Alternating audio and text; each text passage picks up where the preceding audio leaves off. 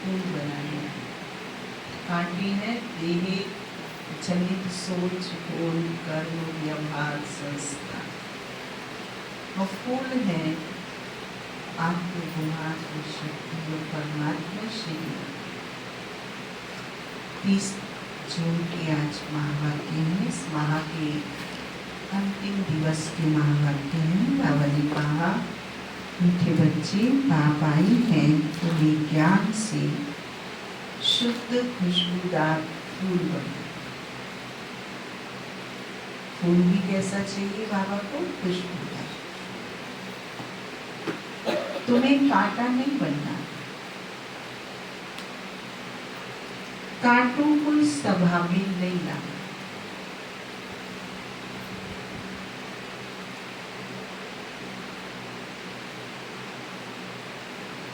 आज के महावाक्यों का प्रश्न है,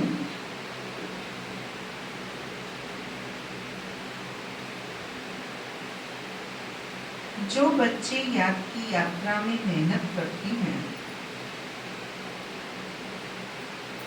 उनकी निशानी क्या हो?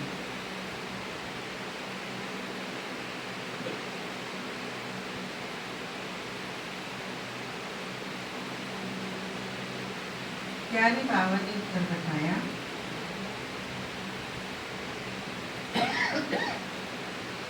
याद की मेहनत करने वाले बच्चे बहुत खुशी में रहे।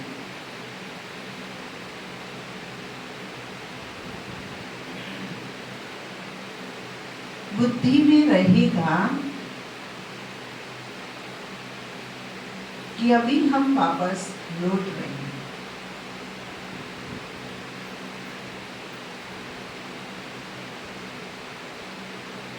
फिर हमें खुशबूदार फूलों के बगीचे में जाना है।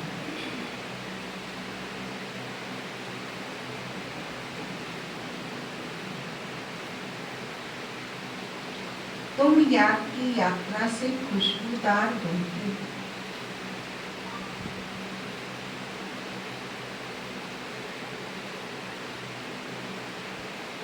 और दूसरों को भी बनाते।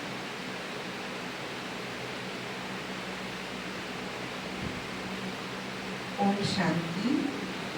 बागवान भी बैठा है, माली भी बैठा है और फूल भी।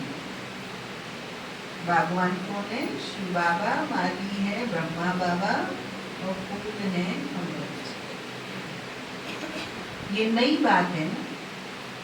कोई नया अगर सुने तो कहेंगे ये क्या कहते हैं? बागवान, फूल आदि ये क्या है? ऐसी बातें तो कभी शास्त्रों में सुनी नहीं। तुम बच्चे जानते हो, याद भी करते हैं बागवान की मैया को। अब यहाँ आए हैं, यहाँ से पार ले जाना। बाप कहते हैं याद की यात्रा पर रहना। अपने को देखो, हम कितना दूर से कितना दूर जा रहे हैं। जहाँ से चली ये यात्रा, वो यात्रा का वहां से कितने दूर निकल गए और जहाँ पहुंचना है। कितना अपनी सतो प्रधान अवस्था तक पहुंचे। जितना सतो प्रधान अवस्था होती जाएगी तो समझेंगे अभी हम लौट रहे हैं। कहाँ तक हम पहुंचेंगे? सारा मदार याद की यात्रा पर। परसों का स्लोगन था, हमारे जीवन की अनंत यात्रा ईश्वर से और ईश्वर तक।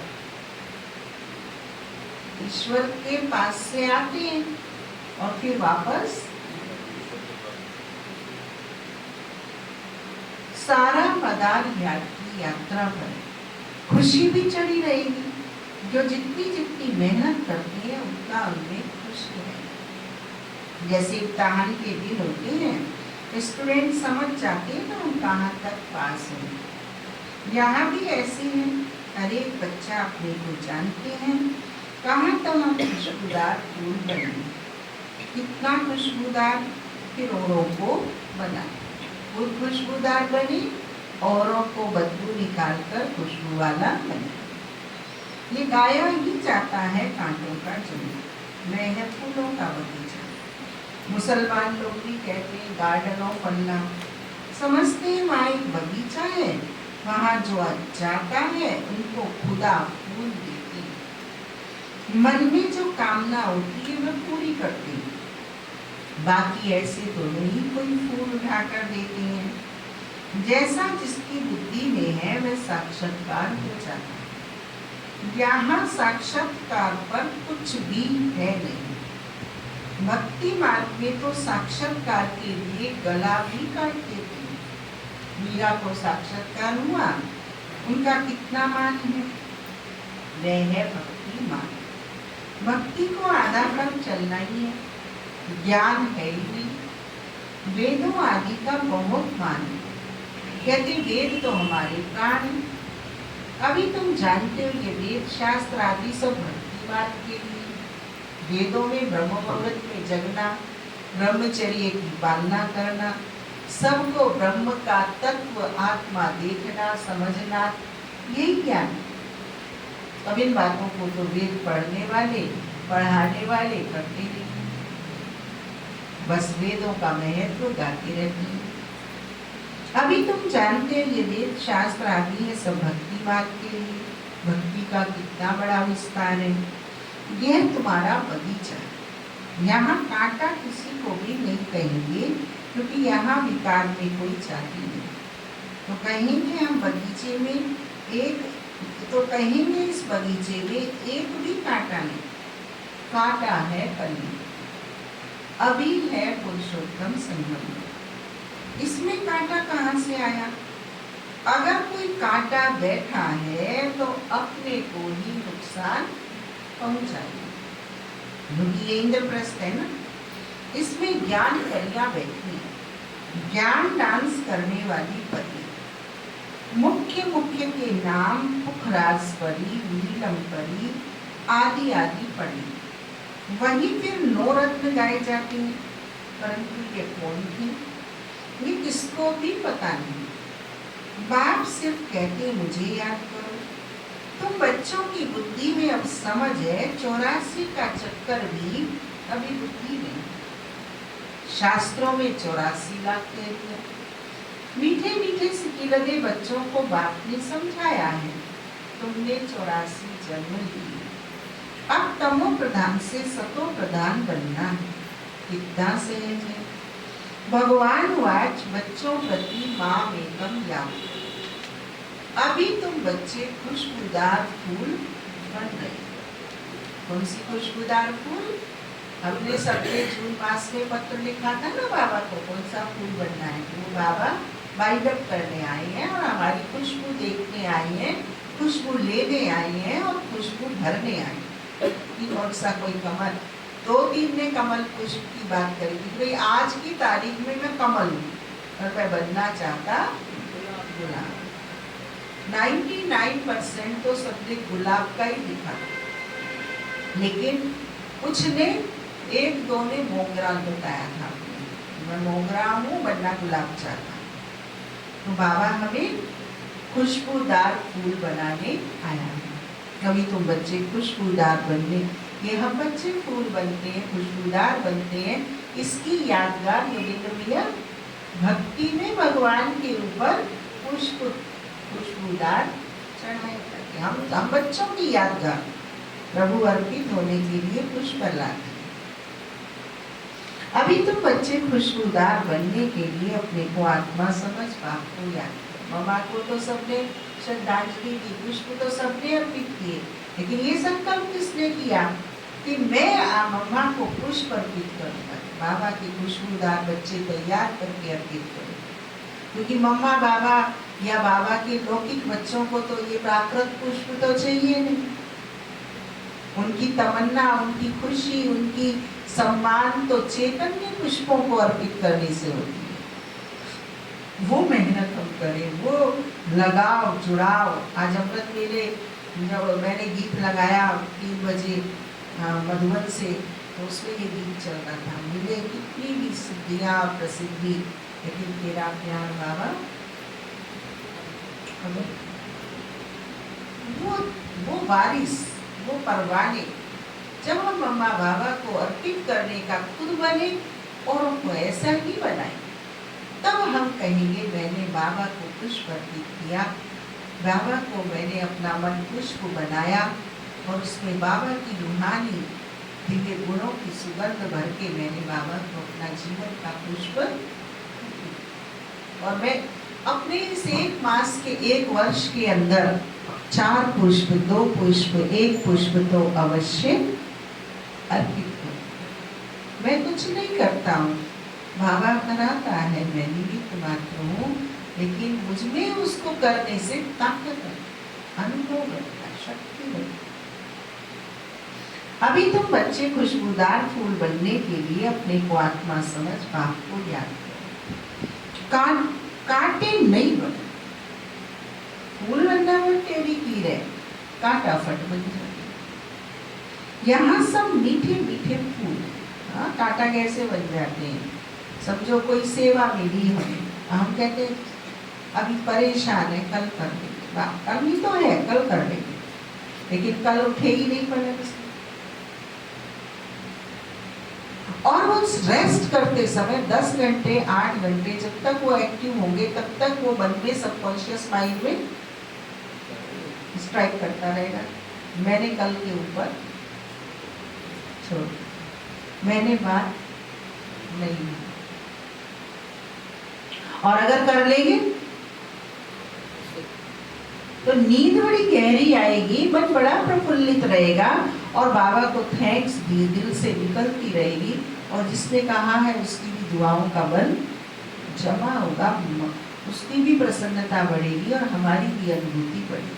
कल बाबा जो कहते हैं, बड़े जो कहते हैं कल काल का नाम, ये शक्ति नष्ट हो रही है तो काल हो गया, और शक्ति जमा हो रही है तो पुण्य हो गया।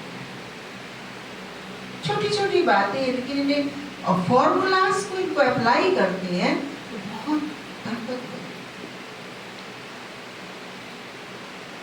उसमें हमारा पुण्य जमा हो जाता है, बल जमा हो जाता है। और कल पर छोड़ा, भले वो 1 सेकंड का काम है या 1 मिनट का काम है या 10 मिनट का काम है, तो वो कल काल बन के आएगा। कल आप देखना वो टाइम देगा नहीं आपको, ऐसा चक्कर में चलाता जाएगा, आप चाहते हुए भी उसको। इसलिए वो बंदर बंदरिया की कहानी कूद जाए, उस पर कूद गया तो। और ये कल की बात, आज की बात को कल पे छोड़ना, ये किसमें आता है? आलस्य में आता है, अलबेलेपन में आता है, देह अभिमान में आता है, कांटे में आता है। अब ये वर्तमान की घड़ी मेरी मुट्ठी में है, इसे जितना कर लूं सफल उतना मेरा, और जितना छूट गया वो मेरे हाथ आने वाला कल बात छोटी सी है, पर मेरी quality of life, spirituality, empowerment को इतना बड़ा जबरदस्त बना देती है कि वो स्वभाव बन जाता है जो हमारी मीठी मम्मा में था। बाबा ने सोचा मम्मा ने अच्छी बात, हम सब चाहते हैं मुझे ऐसा कोई साथी सहयोगी मिले जो मैं सोचूं और वो जी बने, लेकिन पहले मैं अपनी क्वालिटी को ऐसा बनाऊं कि बाबा कहे, और मैं पहले बाबा की बात को सुनने के साथ साथ मन वचन कर्म से जी बाबा, उससे मेरी खुशबू बढ़ेगी, उससे मेरा विकास बढ़ेगा, उससे मेरा जीवन पुष्प बनेगा, उससे मैं बाबा के बगीचे का सुशोभित पुष्प बनेगा, कभी ना मुरझाने वाला। दुर्गा सप्तशती को यदि आप लोगों ने किसी ने पढ़ा हो तो उसमें बताते हैं कि माँ की जो माला है ना पुष्पों की, उसमें ऐसे पुष्प है जो कभी मुरझाते नहीं है, वो प्राकृतिक पुष्प नहीं है। तो हम कहते थे मैं कहाँ से ऐसी माला बनाऊं जो कभी फूल ना मुरझाए। तो जब बाबा के बने तो ये बाबा के बगीचे में वो पुष्प मिले, ये पुष्प कभी अविनाशी पुष्प है, ये कभी मुरझाते नहीं है, और ये तमो प्रधान से सतो प्रधान बनने वाले पुष्पों की माला माँ ने, माँ कोई और नहीं, ये मेरी मीठी माँ। अभी तुम बच्चे खुशबूदार फूल बनने के लिए अपने को आत्मा समझ बाप को याद करो, कांटे नहीं बनो, यहाँ सब मीठे मीठे फूल है, कांटा नहीं। हाँ, माया के तूफान तो आएंगे, माया ऐसी कड़ी है जो फट फंसा दी, फिर पछताएंगे हमने ये क्या किया। हमारी तो की कमाई सारी चट हो गई। ये बगीचा है, बगीचे में अच्छे अच्छे फूल भी होते हैं। इस बगीचे में भी कोई तो फर्स्ट क्लास फूल होते जाते हैं। जैसे मुगल गार्डन में अच्छे अच्छे फूल होते हैं, सब जाते हैं देखने। यहाँ तुम्हारे पास कोई देखने तो आएंगे नहीं, तुम कांटों को क्या मुंह दिखाएंगे। गायन भी है, मूत पलीती कपड़ धोए। बाबा को जब साहिब सुखमनी आदि सब याद थे, अखंड पाठ भी करते थे। 8 वर्ष का था तो पटका बांधता। कौन? लकी बाबा। रहता ही मंदिर में था। मंदिर की चार सारी हमारे ऊपर थी। अभी समझाते हैं मूत पलीती कपड़े धोने का अर्थ क्या है। कि देह की इंद्रियों से देहभान जनित कार्य करना, यह है मूत पलीती कपड़ धोना। इन देहभान जनित कर्मेंद्रियों के क्रियाकलाप को बाबा आत्माभिमान में बदलते हैं। इसको बाबा कहते हैं कि इस देह की इंद्रियों को गंदगी से मुक्त कर धो देते हैं, स्वच्छ कर देते हैं, कमल पुष्प समान अंग अंग को बना देते हैं। महिमा सारी बाबा की। अभी तुम बच्चों को बाप बैठ समझाते, बच्चों को कहते भी है अच्छे अच्छे फूल लाओ। जो अच्छे अच्छे फूल लाएंगे वह अच्छा फूल माना जाएगा। सभी कहते हैं हम श्री लक्ष्मी नारायण बनेंगे, तो ये गोया गुलाब के फूल हो गए। बाप कहते हैं अच्छा तुम बच्चों के मुख में गुलाब। अब पुरुषार्थ कर सदा गुलाब। गुलाब भी कई प्रकार के होते हैं, सदा गुलाब। ढेर के ढेर बच्चे, प्रजा तो बहुत बन रही है। हाँ रोशन भाई, बाबा के 30 पार्क में 100 प्रकार की वैरायटी है गुलाब की, विश्व भर। 295 वैरायटी है गुलाब की। हाँ, पर 100 प्रकार की वैरायटी हमारे क्या नाम है उनका, बहन का नाम, भाई का परिवार का नाम बैजुल भाई की मदर ने, और अफ्रीका के रहने वाले 100 प्रकार की कलम उसमें लगाई थी। अब पुरुषार्थ का सदा गुलाब बने, ढेर के ढेर बच्चे, प्रजा तो बहुत बन रही है। वहाँ है ही राजा रानी और प्रजा। सतयुग में वजीर होता ही नहीं, क्योंकि राजा में ही पावर रहती है। वजीर आदि से राय देने की दरकार नहीं रहती, नहीं तो राय देने वाला बड़ा हो जाए। जैसी भाई मिलके जाना, वहाँ भगवान भगवती को राय की दरकार नहीं। वजीर आदि तब होते हैं जब पतित होते हैं। भारत की ही बात है, और कोई खंड नहीं जहाँ राजाएं राजाओं को माथा टेकते हैं। यहाँ ही दिखाया जाता है ज्ञान मार्ग में पूछे, अज्ञान मार्ग में पूजा। वह डबल ताज, वह सिंगल ताज। भारत जैसा पवित्र खंड कोई है नहीं। पैराडाइज बहिष्ठ था, तुम उसके लिए ही पढ़ते। अभी तुमको फूल बनना है। बागवान आया है, माली भी है, माली नंबरवार होते। बच्चे भी समझते हैं बगीचा है, इसमें कांटे नहीं, कांटे दुख देते हैं। बाप तो किसको दुख नहीं देते, वह तो है ही दुख हरता सुख करता। कितना मीठा बाबा है। तुम बच्चों को बाप पर ना, तुम बच्चों को बाप पर लव है। बाप भी बच्चों को लव करते हैं ना। ये पढ़ाई है। बाप कहते हैं मैं तुमको प्रैक्टिकल में पढ़ाता हूँ। यह भी पढ़ते हैं, पढ़कर फिर पढ़ाओ तो और भी कांटे से फूल बने। भारत महादानी गाया हुआ है, क्योंकि अभी तुम बच्चे महादानी बने। अविनाशी ज्ञान रत्नों का तुम दान करते हो।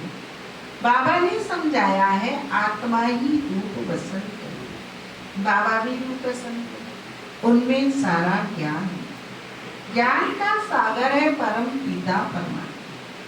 ऑथोरिटी है ना। ज्ञान का सागर एक बात है, इसमें गाया जाता है सारा समुद्र शाही बना हो तो भी घुटने वाला नहीं, और फिर 1 सेकंड की जीवन मुक्ति का गायन। तुम्हारे पास कोई शास्त्र आदि नहीं, वहां कोई पंडित आदि के पास जाएंगे तो समझते हैं ये पंडित बहुत पढ़ा हुआ ऑथोरिटी, इसने सब वेद शास्त्र कंठ किए, फिर संस्कार ले जाते हैं। तो छोटेपन से वे अध्ययन कर लेते। तुम संस्कार नहीं ले जाते, तुम पढ़ाई की रिजल्ट ले जाते। तुम्हारी पढ़ाई पूरी हुई, फिर रिजल्ट निकलेगी और वह पद पाएंगे। ज्ञान थोड़ी ले जाएंगे जो किसको सुनाएंगे। यहाँ तो तुम्हारी पढ़ाई है, जिसकी प्रारब्ध नई दुनिया में मिली। तुम बच्चों को बाप ने समझाया, माया भी कोई कम शक्तिवान नहीं। समझ में आई बाबा ने कही तुम संस्कार नहीं ले जाएंगे, तुम पढ़ाई का फल, पढ़ाई का रिजल्ट ले जाएंगे। ये बात समझ में आई प्रवीणा? क्या कहना चाह रही बाबा? भाइयों ने कोई बताया? बाबा ने ऊपर कहा वो तो संस्कार ले जाते, तुम संस्कार नहीं ले जाते हो, तुम तो पढ़ाई की रिजल्ट ले जाते। गौर किया इस बात को? क्या कहना चाहती हूँ?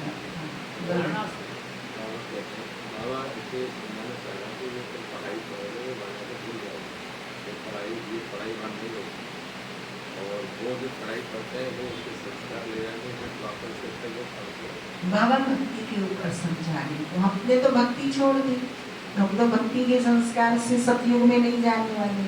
जिसके अंदर भक्ति के संस्कार है वो जाएगा ही। भक्ति के संस्कार क्या है? बाबा चाहे तो बना दे, ये सोच भी भक्ति का। बाबा की मर्जी, जो चाहे करे, ये सोच भी भक्ति। पढ़ाई में क्या होता है? टारगेट। तो लौकिक भक्ति के संस्कार वाला भी सतयुग में नहीं जाएगा, और इन टाल मटोल की देशी भाषा, देशी संस्कार वाला भी नहीं जाएगा सतयुग में। सतयुग में कौन जाएगा? जो पढ़ाई का रिजल्ट अपने जीवन में भर देगा, वो सतयुग में कथनी करनी एक समान। तो वही तो मैंने कहा, ये बात बाबा क्योंकि हम सब ने भक्ति तो की है ना, तो वो भक्ति के संस्कार छूट जाए। भक्ति में है भगवान भरोसे, और ज्ञान में है कर्म भरोसे। कर्म करने की शक्ति, दिशा धारा के विपरीत चलने की शक्ति परमात्मा से मिलती है। ये 99.9% लोग तो वो प्रधानता की दिशा में बढ़ रहे हैं। अब 0.1 हम टिप्स पर बच्चे श्रीमत पे चल के सतो प्रधानता सतयुग की दुनिया लाने की पढ़ाई को पढ़कर उसका रिजल्ट ओरिएंटेड बन रहे हैं। सात्विक, आध्यात्मिक, श्रेष्ठ, द्वितीय, वो लोग वहां जाएंगे सतयुग। इसलिए बाबा कह रहे हैं भक्ति को हम संस्कार लेके नहीं जाएंगे। कौन से? भक्ति। ज्ञान थोड़े ही ले जाएंगे जो किसको सुनाएंगे। यहाँ तो तुम्हारी पढ़ाई है। आज बाबा याद और पढ़ाई पर फोकस कर रहे हैं, जिसकी प्रारब्ध नई दुनिया में मिलनी है। तुम बच्चों को बाप ने समझाया है, माया भी कोई कम शक्तिवान नहीं है। माया को शक्ति दुर्गति में ले जाने, परंतु उसकी महिमा थोड़ी करेंगे। वह तो दुख देने में शक्तिवान है ना। कोई शख्सियत सच्चाई से दूर करे तो उसकी क्या महिमा करेंगे? उसका तो सब आलोचना ही करेंगे। कोई भी हो, चाहे आज घोर कलयुग में भी एक बुरा काम करने वाले का आज भी आलोचना ही हो रही। बाप सुख देने में शक्तिवान है, इसलिए उनका गायन है। यह भी ड्रामा बना हुआ है। तुम सुख उठाते हो तो दुख भी उठाते हो। हार और जीत किसकी है, इनका भी मालूम होना चाहिए। बाप भी भारत में आते हैं, जयंती भी भारत में मनाई जाती है। ये किसको भी पता नहीं कि शिव बाबा कब आया, क्या आकर किया था। नाम निशान ही गुम कर दिया। श्री कृष्ण बच्चे का नाम ले दिया। वास्तव में बिलवेद बाप की महिमा अलग है, श्री कृष्ण की महिमा अलग है। वे निराकार व साकार। श्री कृष्ण की महिमा है सर्वगुण संपन्न। 16 कला संपूर्ण, संपूर्ण निर्विकारी, मर्यादा में पुरुषोत्तम, डबल अहिंसक, नंबर 1 महाराज कुमार। जिसमें गुण है तो शिव बाबा की ये महिमा नहीं करेंगे, जिसमें गुण है तो अवगुण भी होंगे। इसलिए बाप की महिमा ही अनंत। बाप को अकाल मूर्त कहते हैं ना, हम भी अकाल मूर्त हैं। आत्मा को काल खा नहीं सकता। आत्मा अकाल मूर्त का ये तत्व। हमारा बाबा भी अकाल मूर्त है। काल शरीर को ही खाते हैं। यहाँ अकाल मूर्त को बुलाते हैं। सतयुग में नहीं बुलाएंगे क्योंकि वहां तो सुख ही सुख है। इसलिए गाते भी हैं, दुख में सुमिरन सब करे, सुख में करे ना करे। अभी रावण राज्य में कितना दुख है। बाप तो स्वर्ग का मालिक बनाते हैं, फिर वहां आधा कल्प कोई पुकारते हैं। जैसे लौकिक बाप बच्चों को श्रृंगार कर वर्षा दे, खुद वानप्रस्थ अवस्था लेते हैं। सब कुछ बच्चों को देकर कहेंगे, हम अब सत्संग में चलें। कुछ खाने के लिए भेजते रहना। ये बाबा तो ऐसे नहीं कहेंगे ना, ये तो कहते हैं मीठे मीठे बच्चों, हम तुमको विश्व की बादशाही देकर वानप्रस्थ में चले जाएं। हम थोड़े ही कहेंगे खाने के लिए भेजना। लौकिक बच्चे का तो फर्ज है बाप की संभाल करना, नहीं तो खाएंगे कैसे। ये बाप तो कहते हैं मैं निष्काम सेवा भाव। मनुष्य कोई निष्काम हो न सके, भूख मर जाएगी।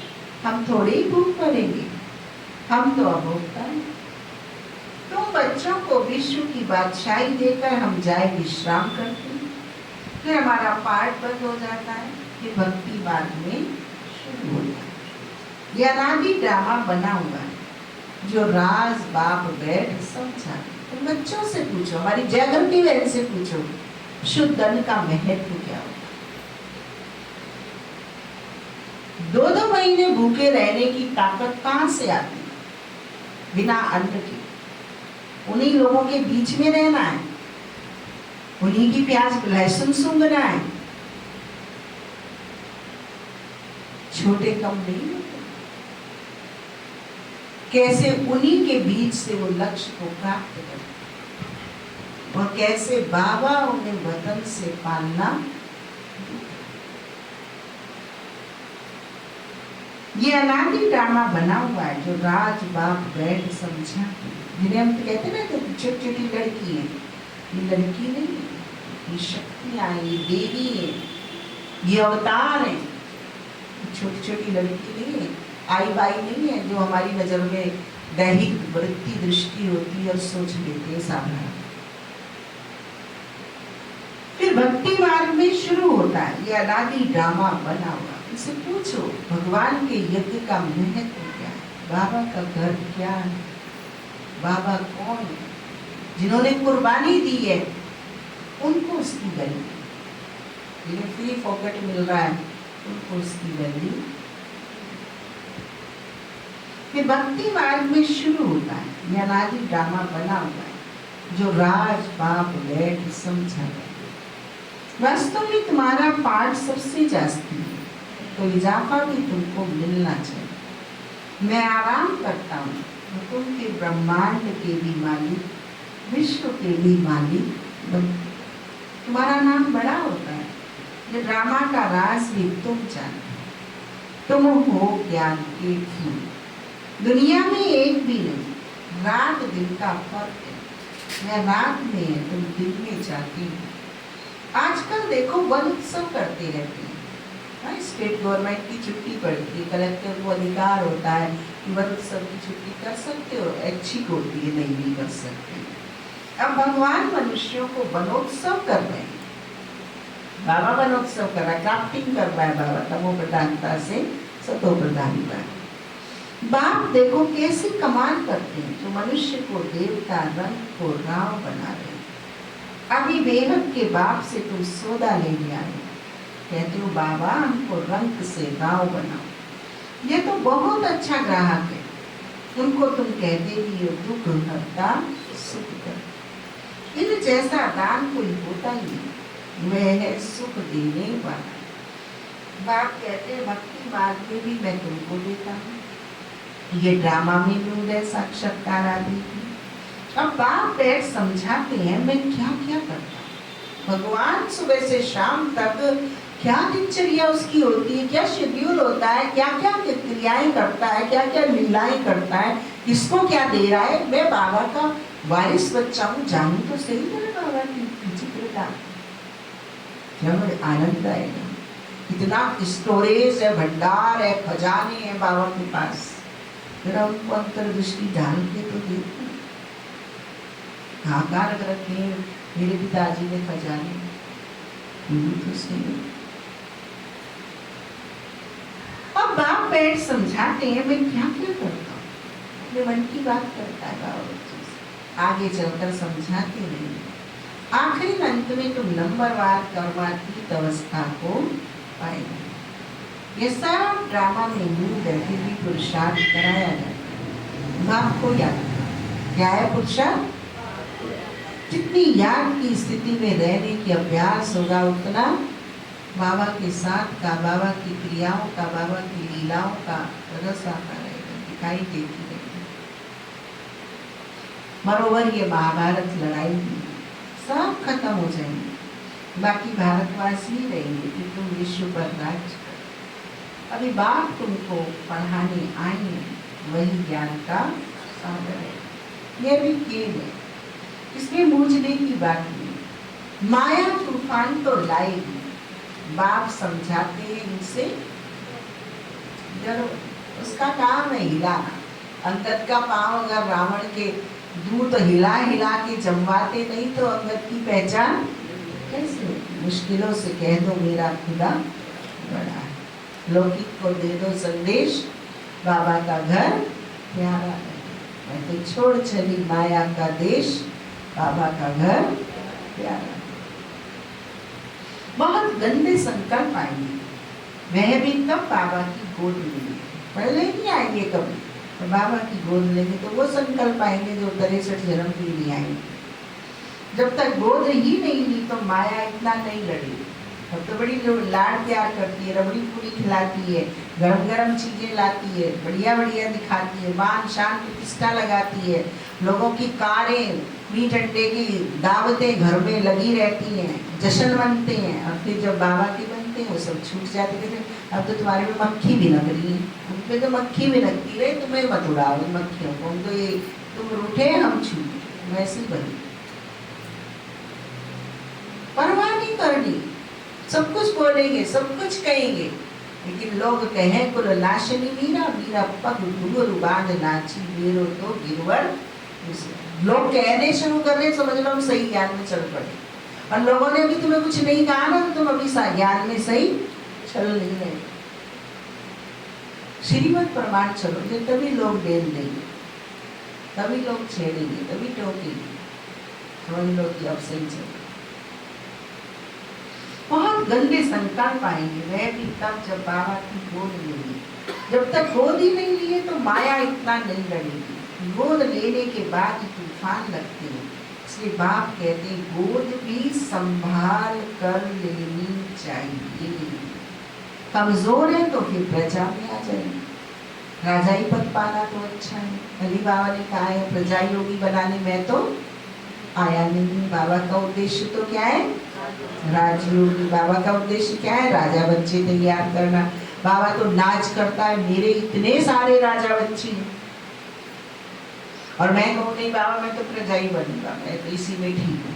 वो तुम्हारी मर्जी, बाबा ने तो अपनी मर्जी बताई, मुझे तो राजयोगी राजा बच्चे चाहिए। कमजोर है तो फिर प्रजा में आ जाएंगे, राजाई पद पाना तो अच्छा है, नहीं तो दास दासी बनना पड़ेगा। दास दासी बना, यहाँ गुलाम है वहां भी गुलाम बनेंगे। ये सूर्यवंशी चंद्रवंशी राजधानी हो गई। अच्छा, मीठे मीठे सीखी लगे बच्चों प्रति माता पिता बाप दादा का याद प्यार और गुड मॉर्निंग। रूहानी बाप की रूहानी बच्चों को नमस्ते। हम रूहानी बच्चों की रूहानी माता पिता दादा को नमस्ते नमस्ते नमस्ते। धारणा के लिए मुख्य सार, पहला पॉइंट, रूप बसंत बन अविनाशी ज्ञान रत्नों का दान कर महादानी बनना।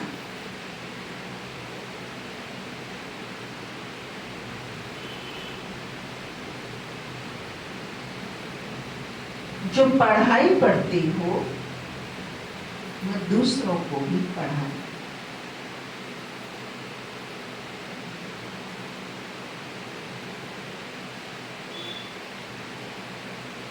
दूसरा पॉइंट,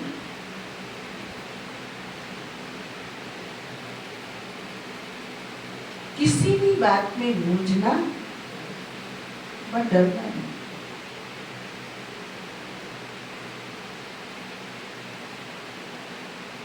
अपनी संभाल कर। दुनिया में भी पूछते किसने कहा है, रोशन किसने कहा है जी? मान सिंह भाई, कोई बात किसी को हम सुनाते हैं ना तो कहते तुमसे पूछते हैं तुम्हें किसने कहा है, तो क्या जवाब देंगे हम? तो बाबा कह रहे ना तुम पढ़ो और पढ़ाओ, बनो और बनाओ। जब हम लोगों को बनाने जाएंगे पढ़ाने जाएंगे तो पूछेंगे ना हमसे किसने कहा है तुम्हें ये तुम हमें सुना रहे हो, क्या करो? स्वयं भगवान ने कहा है। और जैसे ये प्रश्न वो हमसे करेंगे हमें कितना नशा चढ़ जाएगा। भगवान ने कहा है, भगवान की आज्ञा को हम इसे कह रहे हैं। वो बल, वो नशा, वो रूहानी ताकत उसमें भर जाए। पूछते हैं ना तुमसे कौन कह रहा है? दफ्तर में काम करते हैं तो हम किसी को बात ऑफिस के काम की कहेंगे तो पूछते हैं ना साहब ने कही है, साहब ने कही है तो इमीडिएट करेंगे, और किसी और ने कही है तुम ही कह रहे हो तो कर लेंगे, देख लेंगे, सोच लेंगे।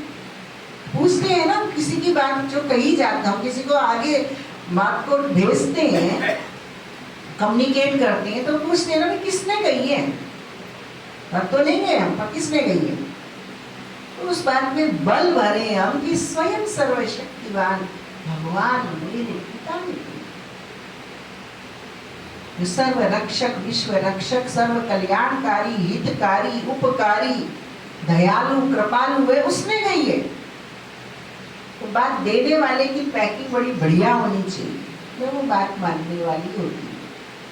किसी भी बात में मूंझना व डरना नहीं है, अपनी संभाल करनी है।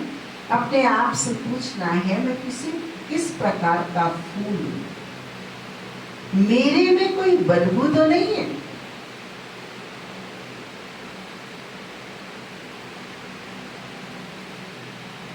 मेरे में कोई बदबू तो नहीं है।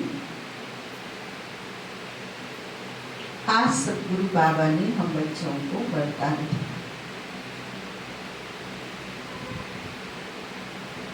दृढ़ संकल्प द्वारा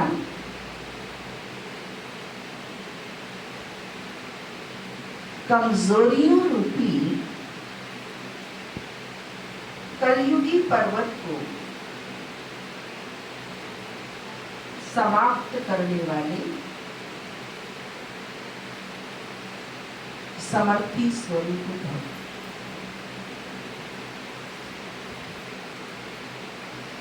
जड़ संकल्प द्वारा कमजोरियों रूपी कलयुगी पर्वत को समाप्त करने वाले समर्थी स्वरूप भव।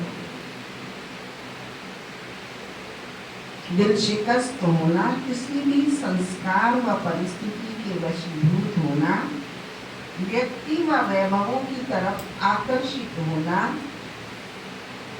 इन सब कमजोरियों रूपी कलयुगी पर्वत को दृढ़ संकल्प की अंगूठी देकर सदा काल के लिए समाप्त कर। मेरे बाबा से बढ़कर दाता कोई दूसरा नहीं। मेरे बाबा से सुंदर संसार में दूसरा।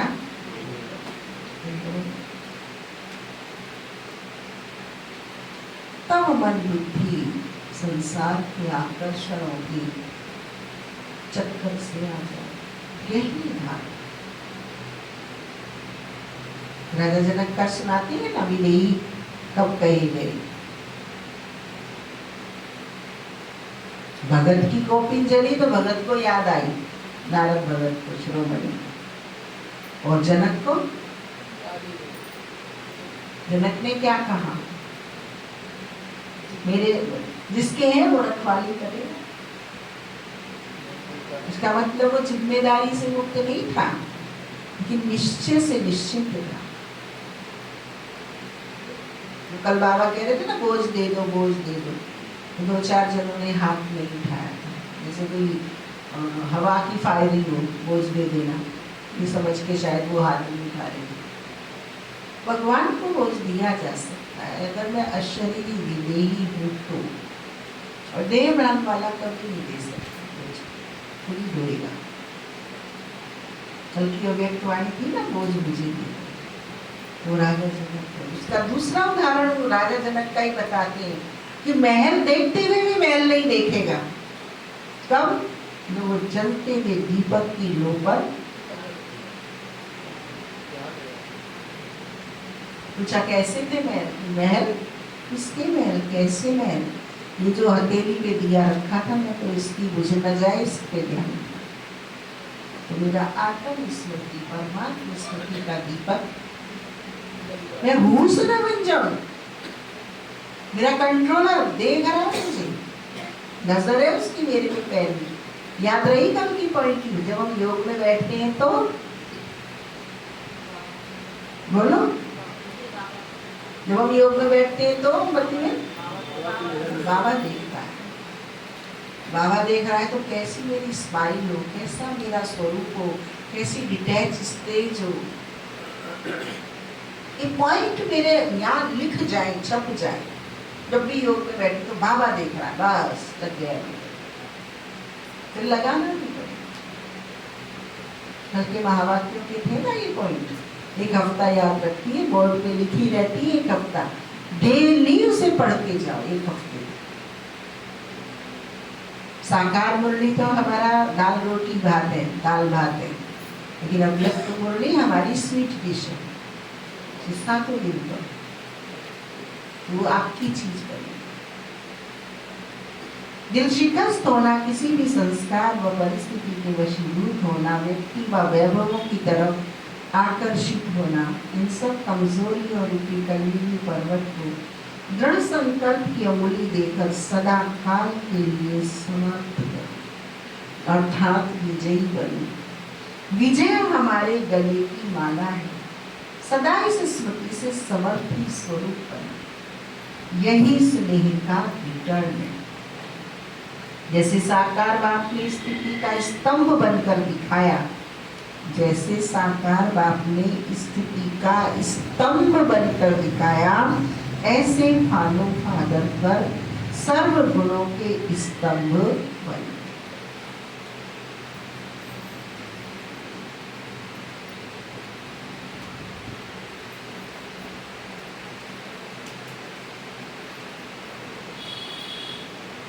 बाबा देख रहा है, योग लाल बत्ती होगी, मन सुमन खिल जाए,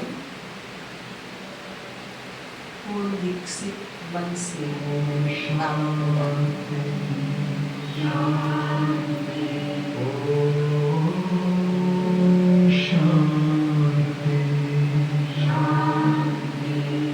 अंतर मन में ज्योति जगा लो, होगा दूर अंधेरा।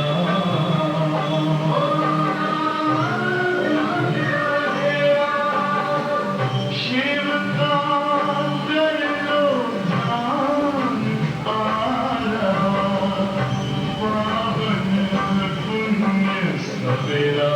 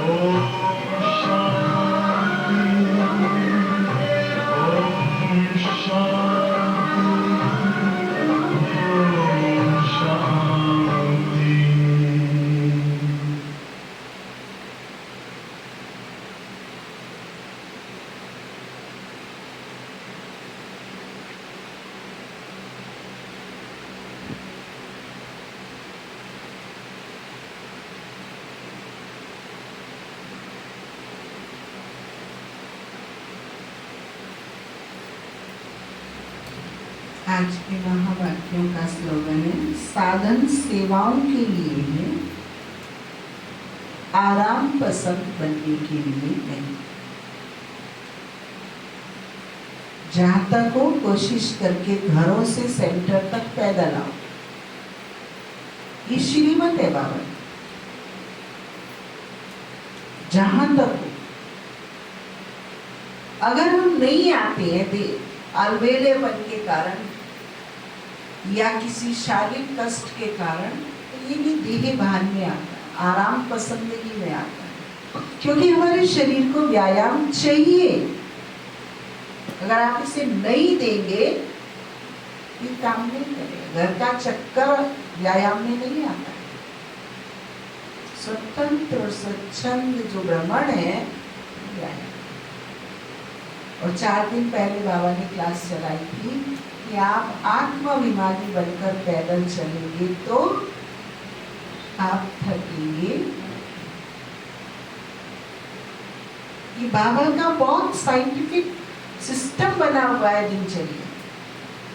संगीत के द्वारा ध्यान भी मस्तिष्क की एक्सरसाइज, घर से सेंटर तक चल के आना ये शरीर की व्यायाम है। फिर मुरली के द्वारा मन बुद्धि का व्यायाम है। ये सब जरूरी है सुस्वास्थ्य के लिए। हाँ, नींद तो त्यागनी पड़ेगी। अमृत वेला करके दोबारा सोना, तभी आप ये सब कुछ कर सकते। बॉडी का अलाइनमेंट होगा ही नहीं जब तक आप वॉक करेंगे। साधन सेवाओं के लिए है, आराम पसंद बनने के लिए। अव्यक्त इशारे हैं, आत्मिक स्थिति में रहने का अभ्यास करो, अंतर्मुखी करो। जैसे एटम बम एक स्थान पर छोड़ने से चारों ओर उसके अंश फैल जाते हैं, वह एटम बम है और यह आत्मिक बम। इसका प्रभाव अनेक आत्माओं को आकर्षित करेगा और सहज ही प्रजा की वृद्धि हो जाएगी। इसलिए संगठित रूप में आत्मिक स्वरूप के अभ्यास को बढ़ाओ। स्मृति स्वरूप बनो तो वायुमंडल पावरफुल हो जाए।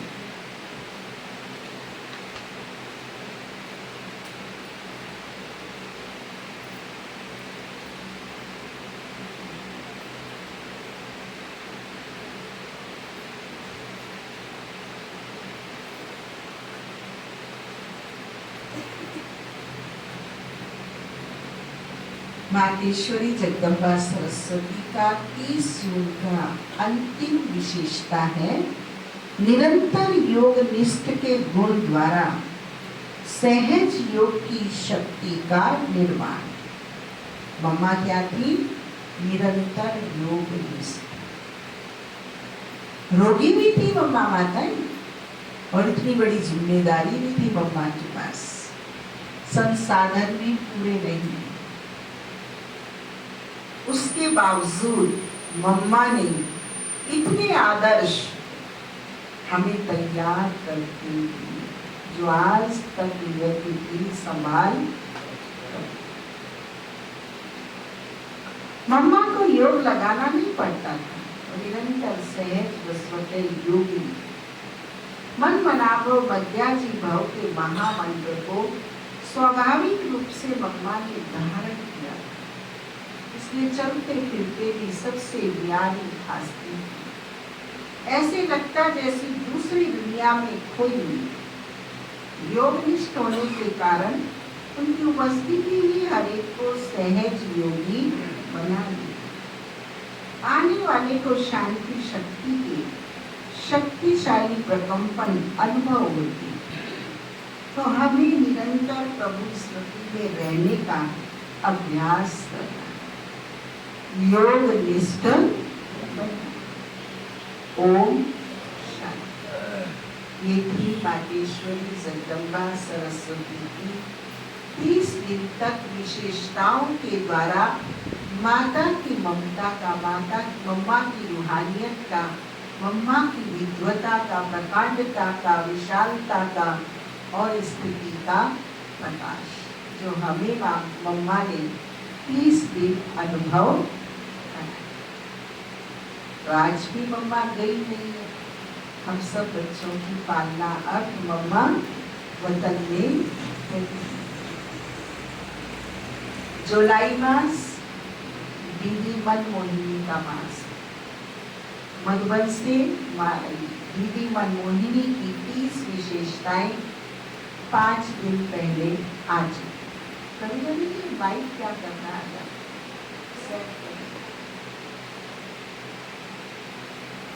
5 दिन पहले आ चुकी मम्मा की दीदी की विशेषता। मम्मा कन्या थी, कुमारी थी, 100 ब्राह्मणों से उत्तम थी, पवित्र थी। दीदी मनमोहिनी हमारी माँ थी। क्वीन मदर रॉयल फैमिली से थी दीदी मनमोहिनी। लेकिन बाबा ने मम्मा के बाद दादी जी के साथ मनमोहिनी दीदी को संस्था की प्रभारी बनाया। ज्ञान का कलश स्वयं भगवान ने दीदी के सर पर रखा था, लेकिन दीदी ब्रह्मा बाबा की भांति दादी प्रकाशमणि जी को कुमारी होने के कारण आ गया। दीदी दादी की जोड़ी ऐसी विख्यात थी कि तन दो है, आत्मा दोनों की सोच के वेरिफिकेशन के बिना यज्ञ में कुछ भी एग्जीक्यूट नहीं होता। दोनों की सहमति विचार धारा की एक धारा करके उस बात को आगे की ज्ञाननीति में दिया जाए। मम्मा की दीदी की परख शक्ति बहुत जबरदस्त है, अनुभवी।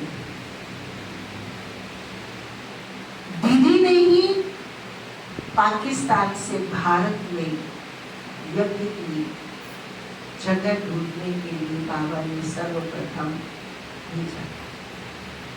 बुद्धि की मैच्योरिटी दीदी में बहुत थी, गंभीरता, दूरदृष्टि दीदी में था। दीदी की बाबा के सामने सिर्फ और सिर्फ एक दीदी मनमोहिनी की कुर्सी हुआ करती थी और सब पट में गए। इतना सम्मान बाबा दीदी को दिया। दीदी ने ही सर्वप्रथम मुरली से प्रश्न उत्तर निकालने शुरू किए। दीदी शिक्षित नहीं थी, लेकिन ज्ञान रत्नों का अध्ययन, योग का सतत साधना, धारणाओं की धनी मम्मा के जैसी कहता है। मम्मा ने भी दीदी मनमोहिनी, माँ यशोदा, इन सबसे ही शक्ति पाई। इन सबके ही अनुभवों से वो इतनी मैच्योर बनी। माँ कन्याओं की गुरु माता जैसी, आज जैसी भी खाने सोने दिखावे वाली, वैराग्य, त्याग, जिगरी, अंदर बाहर एक समय वो माता है जो दीदी बनी, माँ यशोदा बनी। माँ यशोदा का नाम कहीं आता नहीं है। अभी पुण्यतिथि निकल के गई है, हमारा भी मन था उस दिन कुछ उनके बारे में प्रकाश डालने का, लेकिन क्लास कुछ विषय में लंबा हो गया था। बाद में स्मृति में बात आ गई, लेकिन मैंने तपस्वी में तो माँ यशोदा भी डाला था। तो जून मास में आती, तो माँ यशोदा का वैराग्य की तो कोई तुलना नहीं। पिता श्री ब्रह्मा बाबा का तो रोशनी में है, लेकिन यशोदा माँ है कम वैरागी, तपस्वी और धारणा की धनी कम नहीं। मम्मा को तैयार किया, दादी जानी की, दीदी मनमोहिनी और भी माताएं थी। हमारी जगतमोहिनी दादी जी की मम्मी थी, संदेशी दादी के अलावा ज्ञानी दादी, जगतमोहिनी दादी जी की माँ का नाम ज्ञानी था। इन माताओं का बहुत बड़ा यज्ञ के प्रारंभ में सहयोग। उन्होंने कन्याओं को इतना शक्तिशाली, खुद पीछे रही कन्याओं को आगे बढ़ाया और इतना महान यज्ञ का निर्माण किया। उन माताओं को भी बाबा वंदे मातरम करते हैं।